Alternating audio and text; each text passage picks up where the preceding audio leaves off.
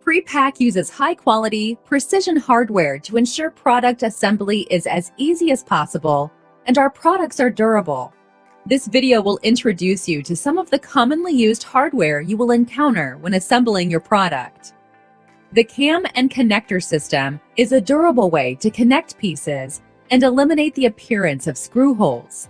The cams and connectors work together and are very strong and easy to use. Here's how it works. There are 3 types of connectors that we use. The green and black twister dowels need to be inserted using a Phillips head screwdriver. The blue rapid rods simply need to be pushed into the hole on the board. There are 2 cam sizes, but they work exactly the same.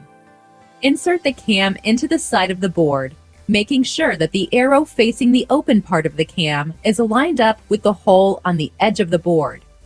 Connect the 2 pieces together and tighten the cam by turning it clockwise until you feel it lock into place. This locks the connector in place for a secure fit. We use black plastic dowels to secure decorative moldings in place. Place your parts on a hard surface. Gently hammer the dowels into the molding.